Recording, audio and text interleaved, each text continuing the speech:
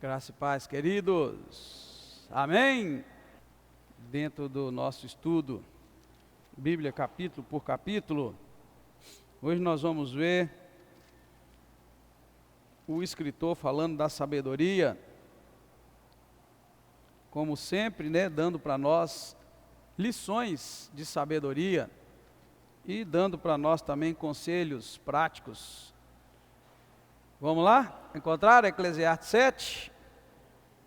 Eclesiastes 7, depois o 8. Amém, queridos? Ore mais uma vez. Eu sei que você já orou nesta noite. Agora eu queria que você orasse muito pedindo a Deus que reaviva o teu coração, que reanima o teu coração, que te dá vida novamente, aquela vida maravilhosa que só Deus e a palavra, pode nos dar. Oremos. Obrigado, Deus, nós te bendizemos, te louvamos, te agradecemos pela Bíblia Sagrada, pela palavra que deve ser honrada, que deve ser exaltada. Muito obrigado. Mais uma vez, nós derramamos sobre Ti o nosso coração, nos alegramos em Ti e pedimos que o Senhor fala conosco, Deus, poderosamente, assim como só o Senhor pode falar. Desde já eu te agradeço, conto com a Tua ajuda, em nome do Senhor Jesus Cristo. Amém. Meus irmãos, pode sentar. Eu quero começar nessa noite falando para os irmãos da importância da Bíblia Sagrada. Nossa, mas a Bíblia tem tanto ensinamento, vocês viram hoje que tanta coisa que tem aqui. Claro que nós não vamos ir versículo por versículo, mas eu gostaria de perguntar aos irmãos assim: o que vai ser dessa terra se as pessoas, irmãos, continuarem não gostando da Bíblia? Pare e pensa, o que vai acontecer nessa terra se as pessoas continuarem não gostando da Bíblia Sagrada? Porque a Bíblia está cada vez mais distante da vida das pessoas, os ensinamentos da Bíblia, sabe? O livro da lei foi perdido, lembra lá nos tempos de Neemias, de Esdras? O livro da lei foi perdido, irmãos. Aí na mexelança deles lá, nos exílios que Israel sofria, aí acharam o livro da lei, liram nele, o povo chorou porque estava desconhecido. Eu quero pensar assim, quantos anos demora para um livro como a Bíblia ser desconhecido? Eu estou muito preocupado, muito mesmo. O povo não quer Bíblia, eles não gostam de Bíblia, eles gostam de ensinamento, sei lá, assim, entendeu como é que é? Eles gostam de escutar às vezes alguma pregação, algum estudo que chama atenção, mas conhecimento profundo da Bíblia as pessoas não gostam. E eu estou muito preocupado, e essa preocupação não é da agora. Olha o que eu estou te dizendo, irmãos, lê Bíblia, estuda a Bíblia.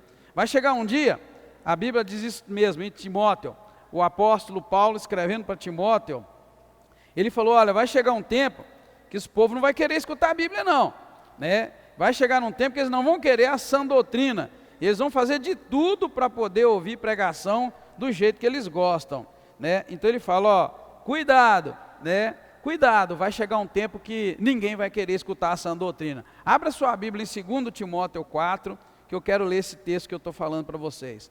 2 Timóteo 4. E agora, irmãos, é um clamor que eu faço, tá? É um clamor que eu estou fazendo para você. Meu filho, minha filha, pega a Bíblia, lê a Bíblia na tua casa, estuda ela. Não fica só no culto de quinta não, porque o culto de quinta e o domingo é pouco tempo. Se não aprender a Bíblia, não adianta esse negócio que, meu coração já me mostra tudo que tem na Bíblia. Não é bem assim não, tá? 2 Timóteo 4, Paulo escrevendo para Timóteo, falou assim: eu te exorto diante de Deus e de Cristo Jesus, que há de julgar os vivos e os mortos na sua vinda e no seu reino. Prega a palavra, insista a tempo e fora de tempo, admoesta, repreende e exorta com toda longanimidade e ensino, porque virá tempo, olha bem, porque virá tempo em que não suportarão a sã doutrina, mas tendo coceira nos ouvidos, se cercarão de mestres segundo as suas próprias cobiças, e se recusarão a dar ouvidos à verdade, voltando às fábulas. Tu, porém, seja sóbrio em tudo, sofre as aflições, faze a obra do evangelista e cumpre bem o teu ministério. Está dizendo, irmãos, que vai ter tempo em que eles vão ter coceira no ouvido, eles não vão suportar a sã doutrina, vão ter coceira no ouvido e vão se cercar de mestres segundo suas próprias cobiças. Ou seja, vai chegar um tempo em que eles não vão suportar a verdade da Bíblia e eles vão procurar professor, pastor, para ensinar eles aquilo que eles querem ouvir. Tá? Nós estamos vivendo isso hoje, irmãos. Então, sangue de Jesus tem poder. Ore a Deus, faz jejum, tá? Faz jejum, ora, porque a coisa está ficando complicada, irmãos. em termos de Bíblia Sagrada. Devagarinho o diabo está comendo pelas beiradas, está conseguindo. Mas o que o diabo fez antes? Antes ele tirou de nós o prazer pela Bíblia e o prazer pela lei. Primeira coisa, tira o prazer pela Bíblia, prazer pela lei. Aí mete em nós ideias modernas que não tem nada a ver. A gente começa a gostar daquilo. Depois que ele faz isso, pegou a gente, né, já laçou, e aí a gente entra numa situação difícil. Então vamos na Bíblia, que importa para nós.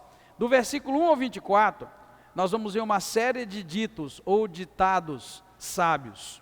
É a sabedoria de Deus, irmãos, nos ensinando muitas coisas. Quando a Bíblia começa a dizer para nós assim, que é melhor a boa fama do que o unguento, que é melhor ir na casa onde tem luto do que na casa onde há um banquete, é melhor a tristeza do que o riso, a gente pode pensar assim, isso aí dá uma palavra muito depressiva, mas aqui mesmo vai dizer que melhor o fim das coisas do que o início delas, tá, irmãos? Quando vai dizer que é melhor o fim das coisas do que o início, você vai começar a pensar, nosso Deus, então quer dizer que é melhor o fim da vida, a morte, do que o início dela? É isso mesmo que está dizendo. É isso mesmo que está dizendo. E a gente começa a pensar assim, mas isso é depressivo, isso é loucura, isso não tem lógica. Mas, irmão, põe no teu coração uma coisa. O que acontece numa festa e o que acontece num velório? Hein? O que acontece numa festa? Vamos lá, e o que acontece num velório? É o que está dizendo aqui, que é melhor estar num velório do que estar numa festa. Por exemplo, você já ouviu dizer de algum tiroteio? É normal você ligar o jornal e falar que teve um tiroteio no velório e tal? É normal isso acontecer? Mas em festa. Está entendendo, irmão? Então assim, por isso que eu estou falando, Bíblia e Bíblia. Para a gente entender o que está querendo dizer. Então está mostrando para nós que é melhor estar num velório do que estar numa festa. E se você for olhar no básico, igual eu estou falando aqui, é só uma coisa que me veio aqui em mente agora. Você vê que acontece tragédias em festas, mas é muito raro acontecer tragédia, irmãos, num velório. O ambiente é outro, e aqui está dizendo ainda, porque num velório as pessoas, irmãos, começam a refletir sobre o que está acontecendo no velório. E o que está acontecendo no velório? O velório está acontecendo, irmãos, o fim da vida de alguém, está acontecendo um momento em que tudo acabou, e num velório a gente começa a pensar, desde o sofrimento de quem morreu, dependendo do tipo de morte, as dores que sofreu, a gente também começa a pensar no sofrimento da família que vai ficar. Então o velório, irmãos, ele tem muito para te ensinar, e na festa, absolutamente nada a te ensinar, irmãos. Festa é só extravagância, vamos comer, vamos beber, vamos adoecer, né? Enfim, é isso que dá um ambiente de festa. E eu vou ser sincero com vocês, eu tenho essa experiência. Irmãos, muitas vezes é melhor pregar num velório do que aqui na igreja, num culto de domingo, com a igreja lotada. Irmão, velório é maravilhoso. Todo velório que você prega, a palavra toca em alguém. É raro um velório que alguém não chega depois, palavra falou com o amigo, fez isso, fez aquilo. O último velório que eu preguei foi a mesma coisa. Punhado de polícia lá, civil, militar. Eu falei, e agora, que palavra que eu vou pregar? Porque eu não vou pregar para o Florentino, vou pregar para quem está vivo. Aí falei do amor de Deus. Meu Deus, mas como foi legal, os caras tudo delegados. Então aqueles caras de macho, falei, agora eles vão tombar. Quando eu abri a Bíblia para falar, preguei sobre o amor de Deus, de vez em quando você começava a ver um baixando a cabeça, né, limpando o nariz, e no final foi lá 2 ou 3 me dizer que a palavra tocou no coração. Falei de sensibilidade, de amor, de coração mole, que Deus faz isso, faz aquilo. É pancada, é valer. Agora me diz num domingo aqui, quantos aqui que vai fungar o nariz, vai ser tocado pela palavra? Por quê? Ambiente de luto, irmãos, é o que está dizendo aqui, ó. Melhor estar no lugar de luto, lugar de velório, do que estar numa festa. Aqui vem todo mundo bem, tudo tranquilo, às vezes vem só para cumprir tabela. Não, lá estava alguém, rapaz, tem gente que foi de longe para estar ali naquela hora, olhando o amigo que morreu, olhar o pai, o avô, o tio, o irmão, estava ali olhando o fim da vida. É onde, irmãos, Deus fala conosco. Enquanto você está na sua saúde, irmão, enquanto você está na sua força toda, com todo o poder que Deus te deu, toda a graça, você vai lá lembrar de Deus, irmãos. É a situação que está dizendo aqui. Então, aqui o sábio está dizendo que é melhor estar no lugar de luto do que estar no lugar de festa, porque lá no lugar de luto você encontra momento para refletir. Então, é o trabalho do Espírito Santo de Deus, é te fazer aqui agora, neste momento, rever sua vida e pensar nisso. Eu tenho que viver todos os dias como se estivesse de luto. Você sabia que a gente tem que viver todos os dias como se estivesse de luto? Por quê? O luto de quem? O meu Senhor Jesus não está aqui, Ele foi, Ele se foi, Ele vai voltar, mas não foi ainda, Ele prometeu voltar. Então aquela expectativa de que Ele não está aqui, mas vai voltar, então você vai viver em jejum, em oração, em busca, igual aquele que vive e está no luto. O que está no luto, às vezes recusa comer, recusa a esbanjar, a se alegrar, recusa até a música de alegria, as palavras, as piadas, porque está no luto. Esse deve ser o nosso sentimento, irmãos, com relação a Deus, ou seja, com relação ao Senhor. Aquele momento de quebrantamento, como se nós estivéssemos vivendo um momento de luto, onde a gente busca Deus, a gente busca refúgio, a gente busca segurança. É por aí, tá, irmãos? Então esses 24 primeiros versículos começam já falando para nós, né, sobre essa questão séria, que é melhor ir na casa onde há luto do que na casa onde tem um banquete, pois ali se vê o fim dos homens, e os vivos aplicam isso no coração. Eu vou ser sincero, eu tenho uma prática, toda vez que eu vou num velório, eu gosto muito de olhar para a pessoa morta, eu amo olhar para a pessoa morta, amo mesmo, porque naquela hora eu começo a refletir sobre a vida. Se você é do tipo que foge de um defunto lá no caixão, eu diria para você, começa a olhar, porque o seu fim vai ser aquele. Às vezes o inimigo coloca um bloqueio em nós, não, eu não gosto de ver morto, eu não gosto nem de olhar. Irmão, você está perdendo, porque na verdade você precisa olhar. Esse será o seu fim, será o meu, e eu olho e penso assim, onde esse camarada está agora? A primeira pergunta que eu falo é, onde está? Será que está com o Senhor? Será que está queimando na mão do capeta? Onde essa pessoa foi? E começa a pensar, que mistério, meu Deus, ontem, outro dia, estava de pé, estava bem, estava andando, agora está aqui. Tem lógica isso não, querido. Parou tudo, parou, e está ali agora. E o que vai acontecer depois disso? Então, querido, o lugar do morto, o lugar de morte é para isso.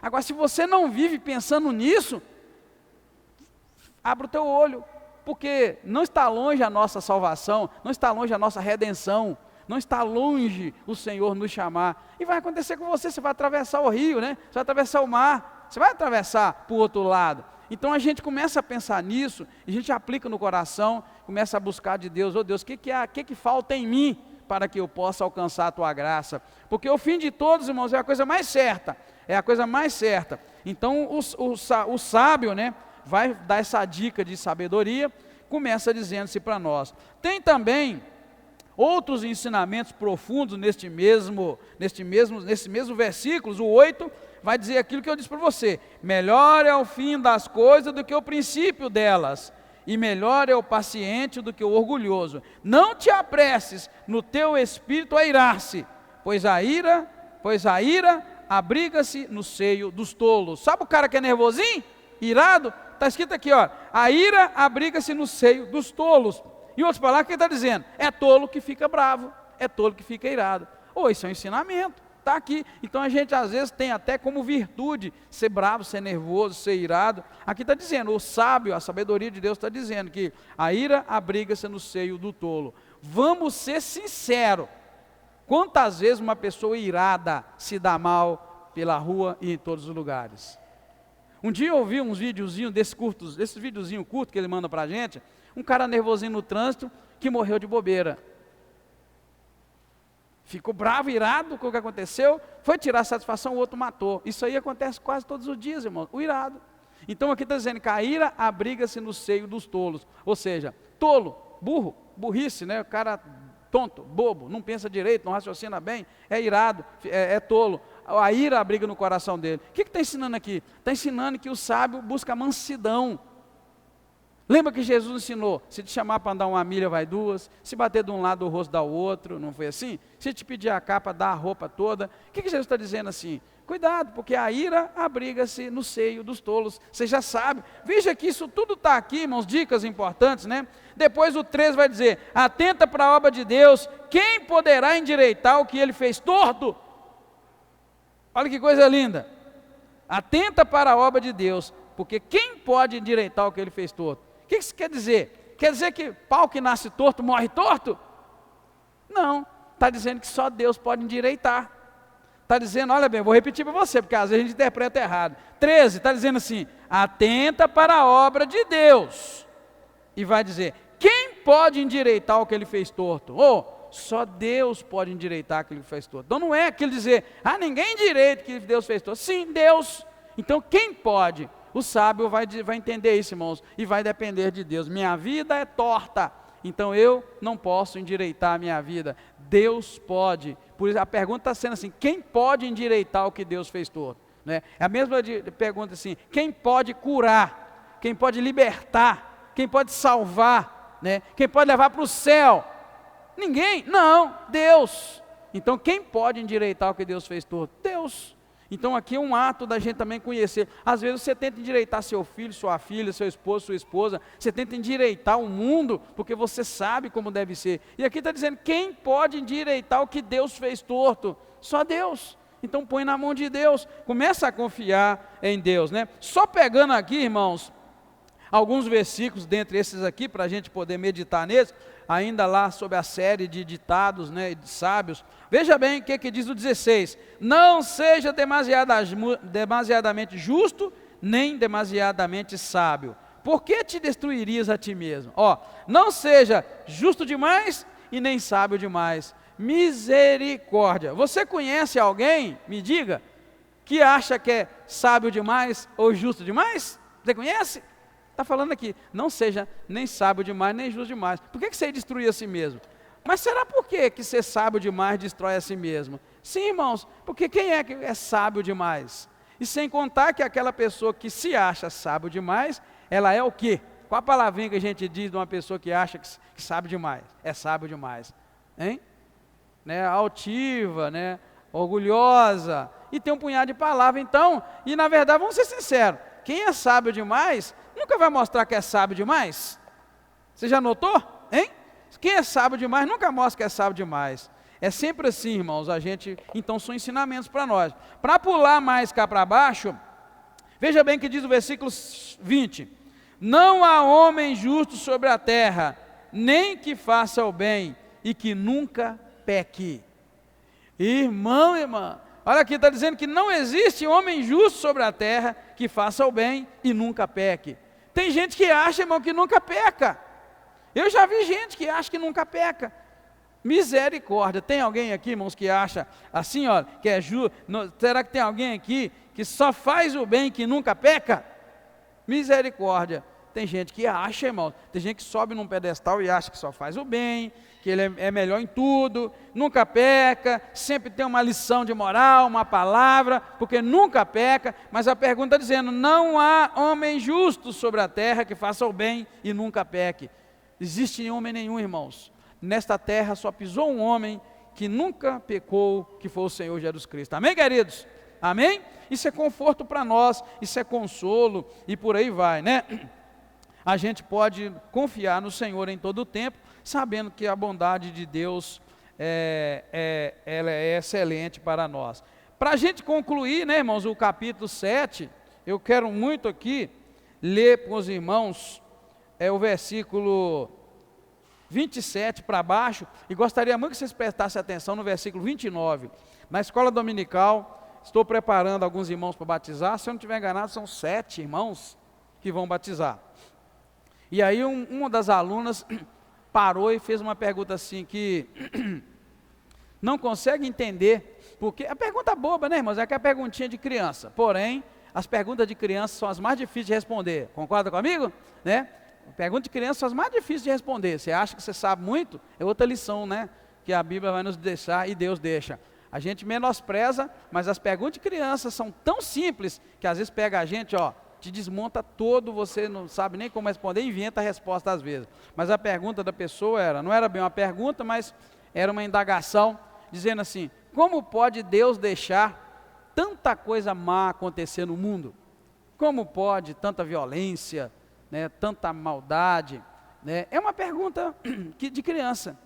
Né? Eu espero que aqui não tenha criança, né? Espero que aqui seja todos adultos e tenha resposta. Mas você saberia responder? Por que Deus deixa tanta coisa má acontecer?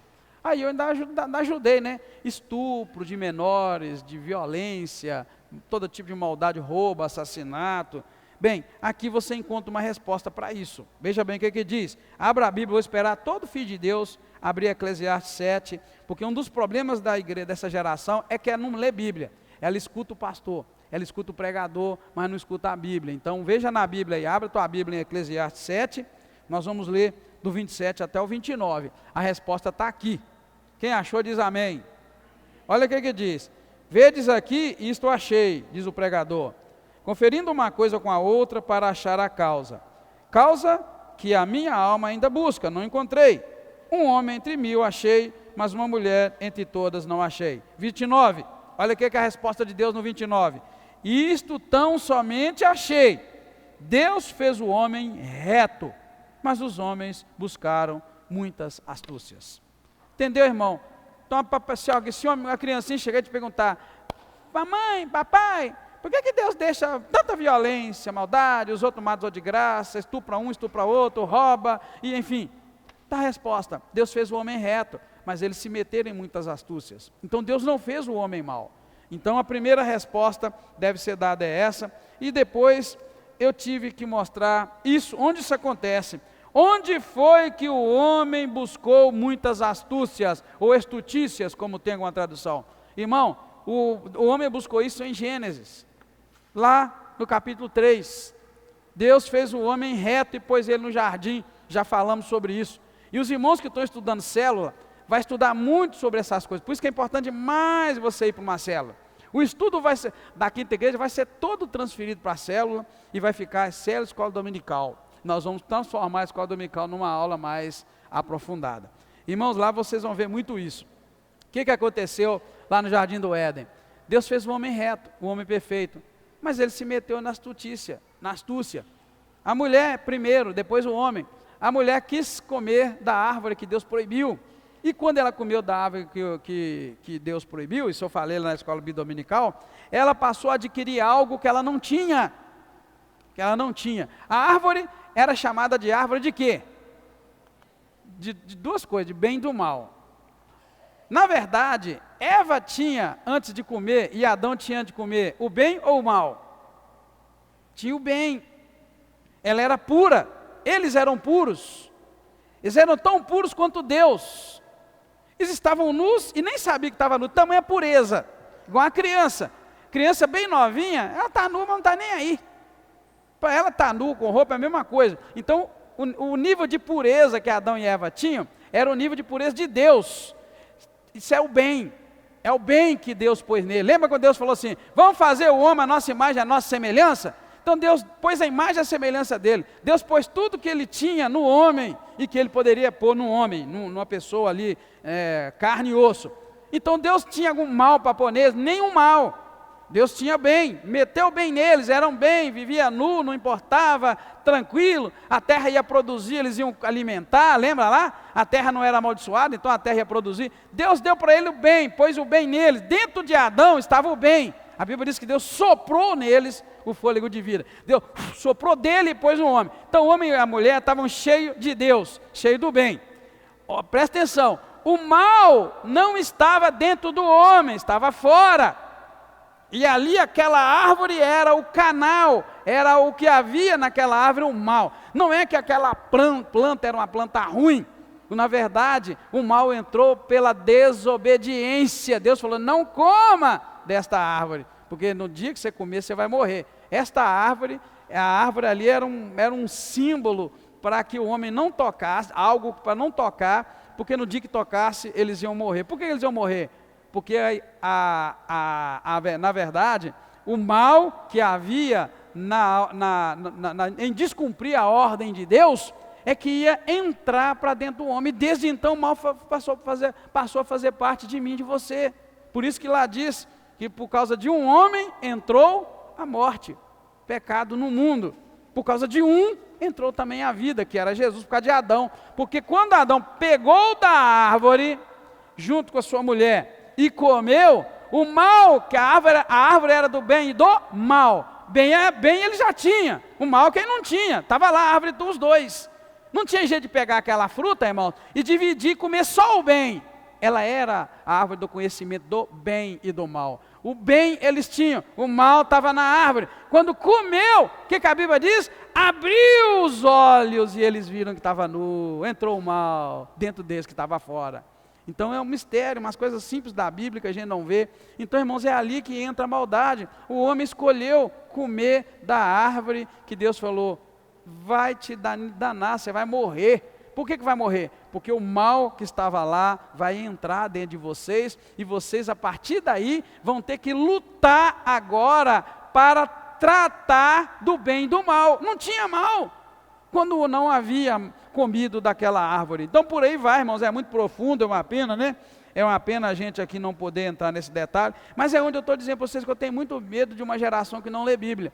Porque uma geração que não lê Bíblia, irmão, não sabe o que está cantando nas letras, não sabe o que está entrando para dentro de você, e assim como o mal, eu queria muito que você prestasse atenção nisso, assim como o mal era exterior ao homem, estava do lado de fora do homem, e entrou porque o homem escolheu tomar posse e comer daquele fruto que tinha o mal nele, a gente também está deixando, irmãos, que mal de fora entre dentro da gente o tempo todo, através de música, através de ensinamento, através de pensamentos, através de um punhado de coisa. E a gente vive esse mesmo ataque do mal.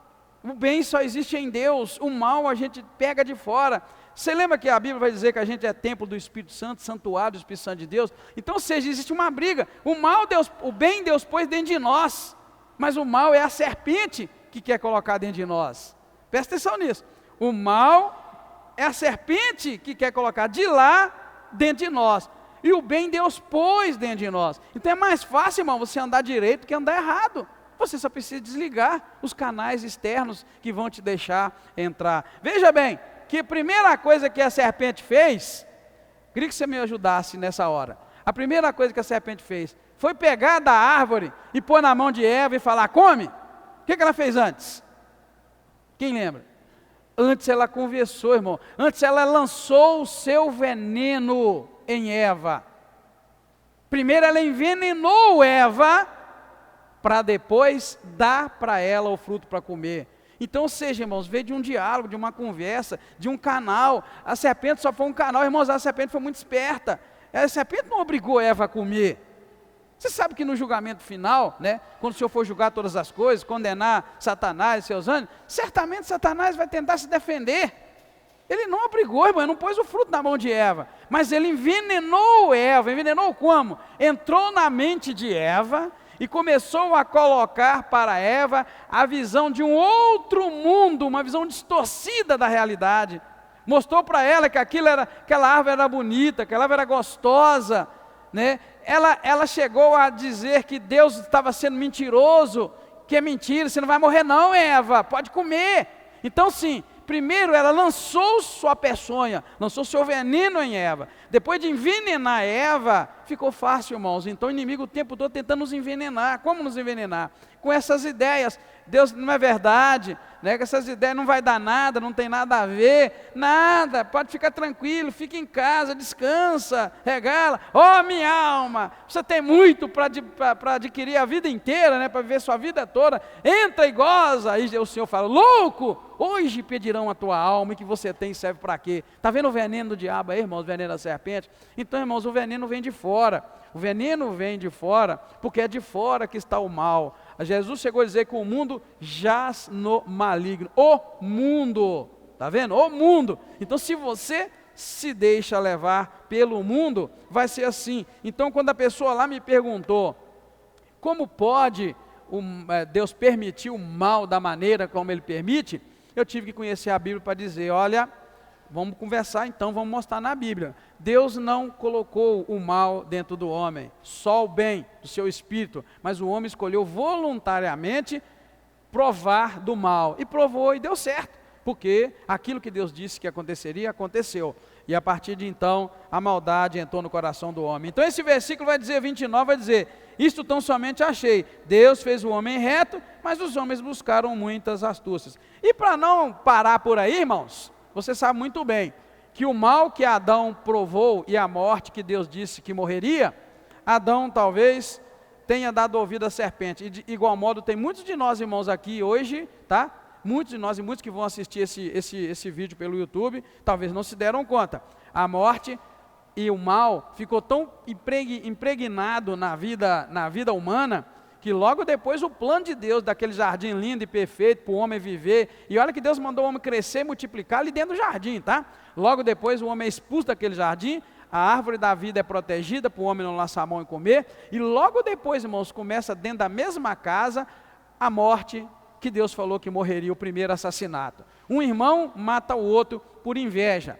Um irmão mata o outro porque ele preferiu seguir o caminho da serpente do mal. Olha que coisa terrível, irmão, né? Adão é filho de Deus, mas Abel e Caim era filho de Adão e de Eva. Aí começa a morte. O filho mata o outro. Por quê? Porque um filho era puro, um filho era santo, um filho era bom, que pegou das suas ofertas e ofereceu para Deus, mas o outro filho, filho de Adão e Eva, mesmo sangue, escolheu provar do veneno da serpente, e quis ser igual à serpente, e olha que Deus não avisou para ele, rapaz, cuidado, o mal vai bater na sua porta, você precisa dominar sobre ele, e ele pegou e saiu de lá, atrevidão, e matou seu irmão. Quando Deus voltou e perguntou pelo menino, ele ainda responde, eu não sei onde está meu irmão não, acaso sou eu o guardador do meu irmão? Está vendo, irmãos, a mentira que é própria de Satanás, o assassinato, o orgulho, logo na primeira geração, porque Deus havia avisado, não coma, porque no dia que você comer, você vai morrer. Só que a gente às vezes, irmãos, sabe que não vai morrer fisicamente, então a gente brinca com as coisas de Deus e brinca com Satanás. Satanás não está para perder tempo, irmãos. Assim a gente vai caminhando, né? Quando conhece a Bíblia. Quando a gente conhece a Bíblia, tá? Sem o conhecimento é complicado. E em tudo isso nós vimos então o quê? Conclusões acerca da mulher má, a partir do versículo 25, e chegando ao ponto de dizer para nós essas verdades que nós acabamos de ler, sobre os homens serem maus, porque eles escolheram, né, a maldade. O capítulo 8, vai falar para nós, entre muitas coisas, de deveres civis. Você vai ver que do versículo 1 até o versículo 5, vai falar assim, para tomar cuidado e observar o que diz o rei. Olha o versículo 2, observa o mandamento do rei, e isso em consideração ao juramento de Deus. Não se apressem em sair da presença dele, do rei, e nem persistem em alguma coisa má, pois ele faz tudo o que quer, visto que a palavra do rei tem poder, quem lhe pode dizer o que ele faz? Está falando aqui, irmãos, sobre dever civil, de autoridade, de seguir leis e obedecer às autoridades, né? Ou seja, o rei tem todo o poder, obedece, siga o rei, siga as regras, siga as leis, e muito mais, né, irmãos, se a gente aplicar isso aqui para a lei de Deus, para o Senhor dos senhores, né? Vai falar das incertezas da vida para nós, né? Porque para todo propósito há tempo e modo, embora o mal do homem seja grande sobre ele, né? Está vendo? Tudo aqui está falando sobre o propósito da vida. Visto que não se sabe o que há de ocorrer, né, de acontecer, quem lhe dará a entender o que haja de acontecer amanhã? Ninguém há que tenha domínio sobre o vento para o reter. Assim também ninguém tem poder sobre o dia da sua morte, né? Está dizendo para nós aqui sobre a incerteza, né, da vida. Você não sabe o que vai acontecer amanhã. Assim como você não pode segurar o vento, você também, só teve uma pessoa que falou em segurar o vento e reter o vento, lembrei que agora, você lembra quem, né? Nem precisa falar, você lembra a Dilma um dia lá falando em segurar o vento, que não sei o quê, e pacotar o vento, oh, meu Deus, a Dilma, vou te contar, né? Aquela mulher tinha cada coisa, ninguém entende até hoje o que ela falava aquilo, mas aqui está dizendo assim, a vida é muito incerta, a gente não sabe o que vai acontecer amanhã. Se você não pode reter nem controlar o vento, você não pode também reter o que vai te acontecer amanhã. E isso, irmãos, nos chama a atenção para a gente voltar e compreender que Deus é soberano, que Ele manda tudo em todos, né? Depois do versículo 10 ao 14, vai mostrar a incerteza do juízo divino e as injustiças da vida. Olha aqui que diz, vi também os ímpios sepultados, os que antes entravam no lugar santo e dele saíam, e foram esquecidos na cidade, visto que não se executa logo o juízo sobre a obra má, o coração dos filhos do homem está inteiramente disposto a praticar o mal. Olha aqui, outra resposta lá para aquela menina, poderia ser essa, as pessoas como elas veem que o juízo sobre o mal não é executado rápido, então o coração deles fica disposto a fazer o mal. Irmãos, você já viu que a pessoa que faz maldade, ela vai fazendo maldade, fazendo maldade, fazendo maldade, fazendo maldade, e parece que Deus nunca vai julgar elas, né?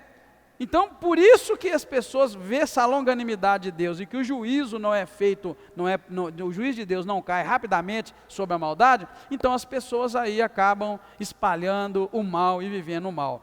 Eu guardei um vídeo que eu ia passar aqui na igreja, porque eu ia pregar sobre isso, mas eu resolvi não pregar porque é Natal, né? É Natal, depois é Ano Novo, mas eu vou dizer para vocês assim, quem aqui viu por acaso um vídeo real, não é mentira, não é inventado, de um ministro turco, de um político na Turquia, que estava no microfone, na assembleia lá deles, discussando contra Israel, discussando a língua dele, detonando Israel, e ele, quando termina de falar, ele cai duro e morre. Quem viu esse vídeo? Só você que viu? É uma pena, gente. Eu quis postar no grupo, a Raquel também viu, quis postar no grupo da igreja, depois quis trazer, ia passar aqui num culto e mostrar para vocês, para pregar sobre isso. Irmãos, é verdade, você pode digitar lá que você vai encontrar. O cara estava falando, eu vi isso em vários jornais, vi no SBT, vi na Record, vi em jornalzinho particular, traduzindo a fala dele. Ele estava detonando Israel, dizendo que Israel, desse jeito, mais ou menos assim, dizendo que Israel ia sofrer uma grande punição de Alá, porque Israel estava matando gente, Israel podia até fugir das consequências da história. Tipo, ele pode até mexer os pauzinhos e sair bem agora na história, mas que Alá ia pegar Israel e ia detonar. Irmão, na mesma hora eu lembrei do que Deus disse para Abraão, quando ele disse assim, eu abençoarei os que te abençoarem e amaldiçoarei os que te amaldiçoarem. O cara terminou o discurso, falou, assim que ele terminou de falar, que ele foi sair, ele fez assim, ó, pam, caiu, tum, caiu ali, os colegas pularam nele, fizeram massagem, veio o socorro, levou ele para o hospital e ele morreu. Foram as últimas palavras desse homem, amaldiçoando Israel. Que coisa! Não é como é bom a gente conhecer a Bíblia. Quando Deus falou que ia abençoar, irmãos, abençoa. Não abra a boca, não fala mal. Então aqui nesse texto a gente está vendo isso aqui escrito para nós. Visto que a justiça parece demorar sobre os ímpios, o nosso coração começa a ficar mal. E aí a gente começa a pensar que pode fazer todas as coisas, posso falar, posso detonar, posso abrir a boca. Aí às vezes a gente abre a boca sobre um justo, a gente abre a boca para falar mal de um homem de Deus, de uma mulher de Deus, e vem o juiz de Deus. Porém, às vezes ele demora, mas com esse homem lá, não demorou. Foi rápido. Na mesma hora ele terminou de falar, irmão, na hora que ele terminou, que ele foi sair, ele ficou tonto, caiu. Ou seja, a mão de Deus foi em cima, na mesma hora, para mostrar para mim, para você, mostrar para o mundo inteiro, que em determinados momentos, Deus não deixa para depois, nem deixa para amanhã. É incrível aquilo acontecer. Esteja o povo de Israel certo, ou esteja eles errados. A gente não pode levantar a mão contra aquela pessoa ou aquela nação que Deus escolheu. E vou ser sincero, irmão, de todas as nações da terra, não foi Brasil, não foi Estados Unidos, não foi nenhum povo. Deus escolheu um homem, Abraão, e fez com ele uma aliança. E através dessa aliança, é abençoada todas as famílias da terra. Depois você lê Gênesis 12, tá? Foi quando Deus assumiu o compromisso. Sai do meio de todos os parentes, vai para o lugar que eu te enviarei. E aí Deus vai lá na frente falar, eu abençoarei os que te abençoarem e amaldiçoarei quem te amaldiçoar. E em ti serão benditas todas as famílias da terra. Mas Deus escolheu um homem. Então, queridos, veja bem que esse versículo deixa muito claro para nós. Verso 11, capítulo 8. Visto que não se executa logo o juízo sobre a obra má, o coração dos filhos do homem está inteiramente disposto à prática do mal. Esse caso lá, Deus não esperou não. Deus falou, eu vou calar a boca desse homem agora, publicamente, para todo mundo ver. O juízo foi rápido. O homem calou a boca, caiu, e o homem só não morreu na hora, lá diz a reportagem, porque os colegas dele montaram em cima, fizeram massagem nele, viu o socorro e levou, mas ele nunca mais saiu dali. 2 dias depois ele foi decretado como morto. Então ele morreu literalmente na mesma hora, porque, irmãos, às vezes a gente fica brincando com a justiça de Deus pensando que vai demorar. E vai demorar, mas vai chegar. Então não adianta a gente pensar que essa justiça de Deus parece que demora. Então existe uma incerteza aí com relação à justiça divina, né? E também a injustiça das vidas, a justiça divina e a injustiça das vidas. Depois nós vamos ver a conclusão daqueles que buscam os prazeres deste mundo, no versículo 15, está aqui a conclusão, quando diz assim, então exaltei a alegria porque não há nada melhor para o homem debaixo do sol do que comer, beber e alegrar-se. Então, a alegria o acompanhará no seu trabalho, nos dias a dias da sua vida, que Deus lhe dá debaixo do sol. Isso aqui é a conclusão, viu, daquela pessoa, irmãos, que está buscando os prazeres nessa vida, porque cá atrás o capítulo 7 vai começar dizendo que é melhor estar na casa do luto do que da alegria, tá? Então essa conclusão do versículo 15 é a conclusão de quem está buscando os prazeres que a vida oferece, né? O que é melhor viver neste mundo senão alegre, feliz, rindo à toa, tal? Esse é o prazer que o mundo oferece. E por fim, 16, 17, vai mostrar a obra de Deus e a obra do homem, aplicando a conhecer a sabedoria e a ver o trabalho que há debaixo sobre a terra, pois nem de dia e nem de noite vê o homem o sono dos seus olhos. Então vi toda a obra de Deus e que o homem não pode entender a obra que se faz debaixo do sol, porque mais que trabalhe o homem para buscar, não a achará, e ainda que diga ao sábio que a virá a conhecer, nem por isso poderá compreender. O que ele está dizendo aqui?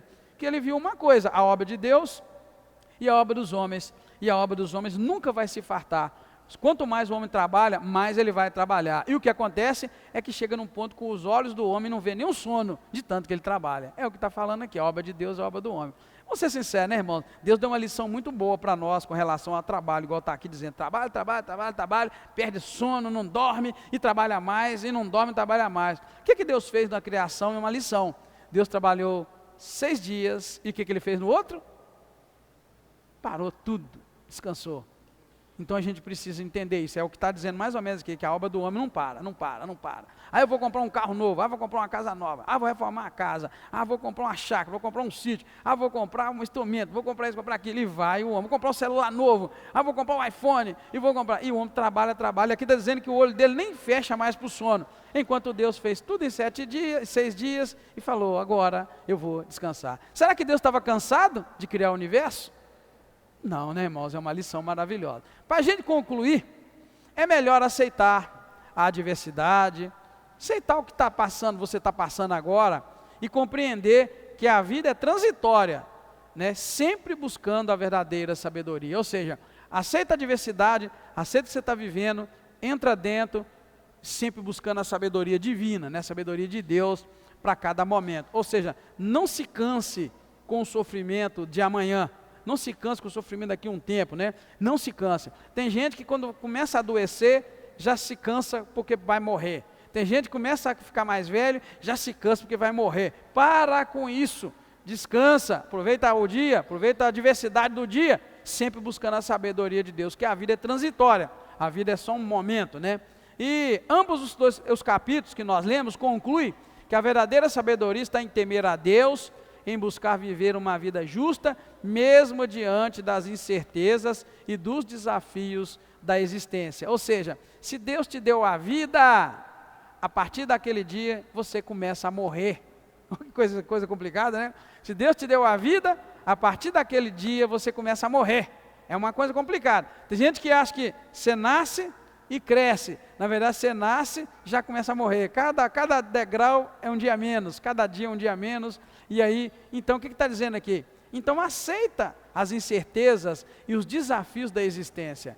Nesse caminho te aguarda a felicidade, nesse caminho te aguarda alegrias, nesse caminho te aguarda bons momentos, e nesse caminho te aguarda tristezas, lutas, dificuldades. São as incertezas e os desafios de existir. Se Deus te deu a vida, você existe. Se você existe, você pode se preparar. Tempos bons, tempos ruins. Mas glória a Deus, que são mais tempos bons do que tempos ruins. Amém, queridos? Assim nós encerramos nesta noite em nome de Jesus. Muito obrigado, meu Deus. Mais uma vez nós te agradecemos por esta oportunidade. Mais uma vez pedimos a tua bênção sobre a tua igreja. Louvado seja o teu nome. Ensina-nos esta palavra que aprendemos e nos ajuda a aplicá-la ao coração. Desde já, recebe a nossa gratidão em nome do Senhor Jesus Cristo. Amém.